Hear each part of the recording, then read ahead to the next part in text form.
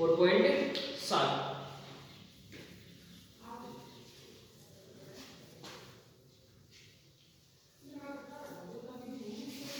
सातवां जो पॉइंट है हमारे पास वो क्या है, electric field line, electric field line define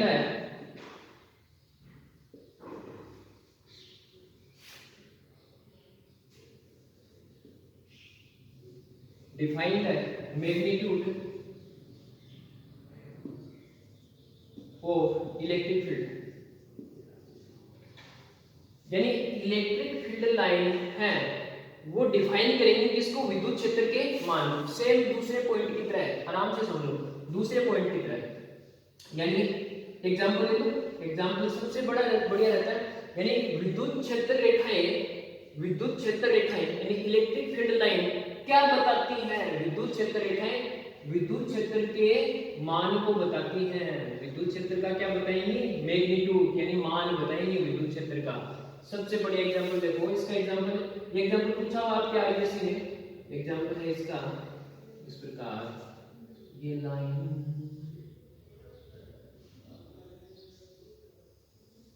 तीन पॉइंट है, ये पॉइंट ए, ये पॉइंट बी,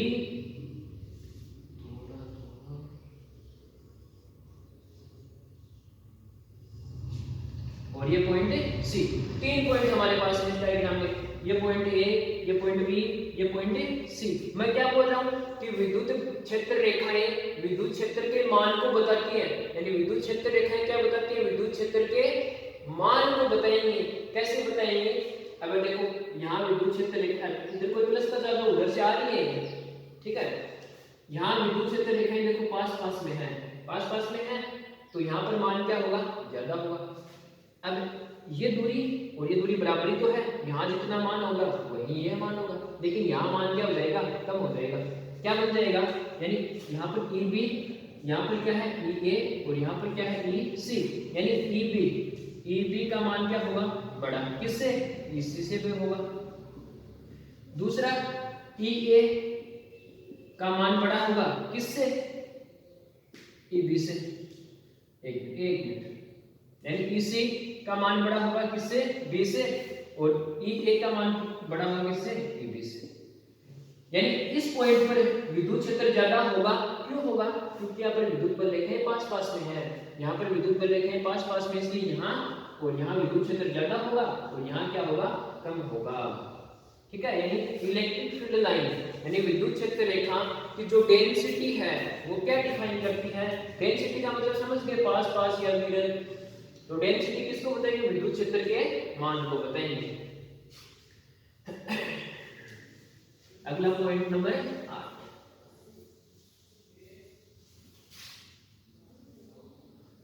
आठवां पॉइंट हमारे पास क्या है, देखो इलेक्ट्रिक फील्ड लाइन किसको बताती है, इलेक्ट्रिक फील्ड को बताती है ना।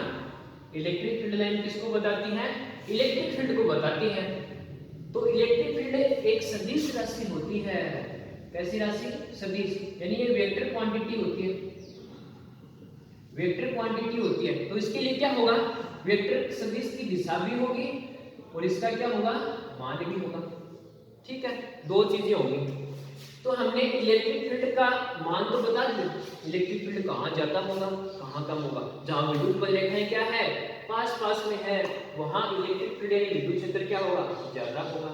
जहाँ दूर दूर है वहां विद्युत क्षेत्र क्या होगा, कम होगा। लेकिन दिशा किधर होगी, जो इलेक्ट्रिक फील्ड है उसकी दिशा किधर होगी, उसकी डायरेक्शन किधर होगी, ये अब पॉइंट है अगला। विद्युत क्षेत्र की दिशा भी कौन बताएगा, यही लाइन बताएंगी, इलेक्ट्रिक फील्ड लाइन ही बताएंगे। किसको बताएंगे इलेक्ट्रिक फील्ड लाइन, विद्युत क्षेत्र का मान भी बताएंगे और विद्युत क्षेत्र की दिशा भी बताएंगे। मान तो बता दिया पिछले पॉइंट में, अब क्या बताने वाले हैं, दिशा। देखो दिशा कैसे बताएंगे, ये प्लस का चार्ज है हमारे पास।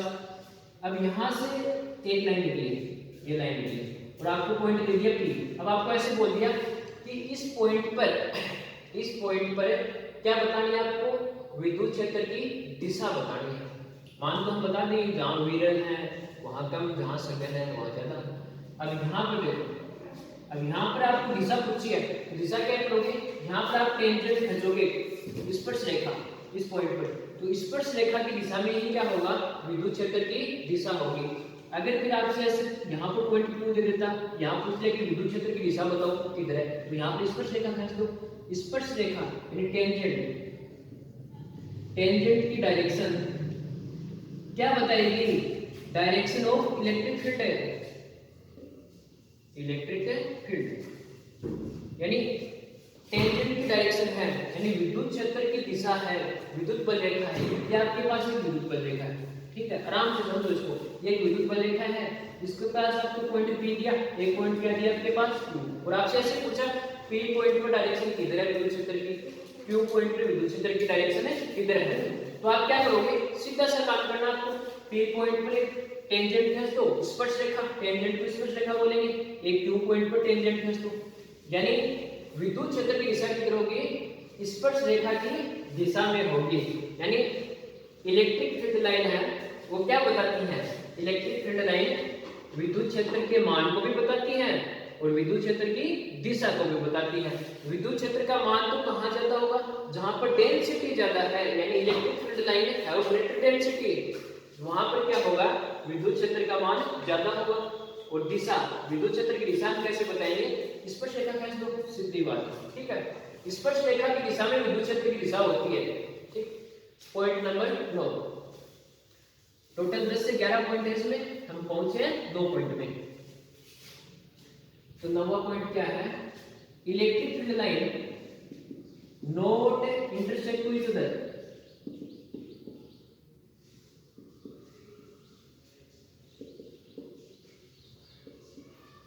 यानी इलेक्ट्रिक फील्ड लाइन एक दूसरे को कभी काटती नहीं है। इंटरसेक्ट का मतलब है काटना, यानी इलेक्ट्रिक फील्ड लाइन कभी भी एक दूसरे को काटेंगे नहीं। देखो ये प्लस चार्ज है आपके पास, ये आपके पास एक प्लस चार्ज है, इससे 2 लाइन निकली, एक लाइन इधर निकल गई और एक लाइन इधर निकल गई। अब ये कभी भी नहीं हो सकता, ये डायग्राम कभी भी नहीं बन सकता। क्यों नहीं बन सकता ऐसा डायग्राम, क्योंकि अगर आप यहाँ पर आप टेंजेंट खींचोगे स्पर्श रेखा, एक स्पर्श रेखा यहाँ, ये बहुत इंपॉर्टेंट पॉइंट है बोर्ड के आधार से, और एक पॉइंट यहाँ खींचोगे आप, तो यहाँ पर विद्युत क्षेत्र की दिशा कितनी आ गई आपके पास, 2, यानी विद्युत क्षेत्र की दिशा, विद्युत क्षेत्र की दिशा आपके पास कितनी प्राप्त हुई, 2 प्राप्त हुई। तो ऐसा संभव है क्या, कोई भी फिजिकल क्वांटिटी उसकी 2 दिशा नहीं हो सकती।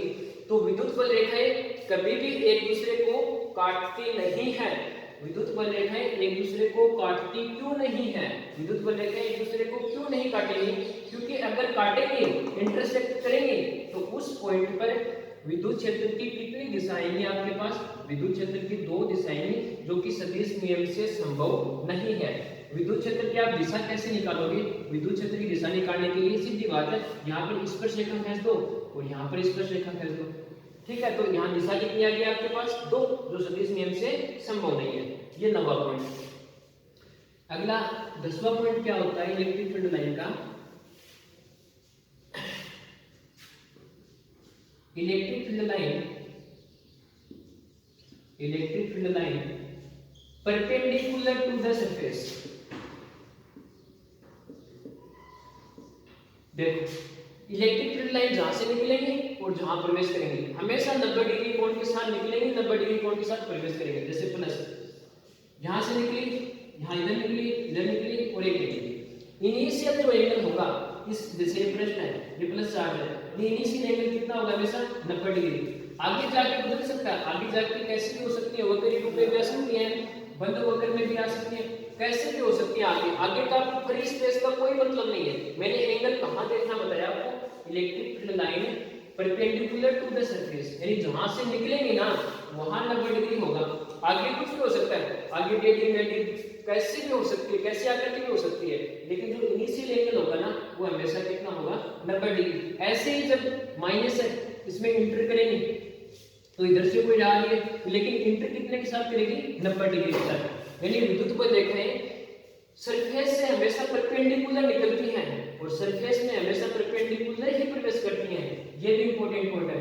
लास्ट में मैंने जो 3 इंपॉर्टेंट पॉइंट बताए वो क्या क्या है, इलेक्ट्रिक फील्ड की दिशा, यानी विद्युत क्षेत्र की दिशा किधर होगी, स्पर्श रेखा की दिशा में।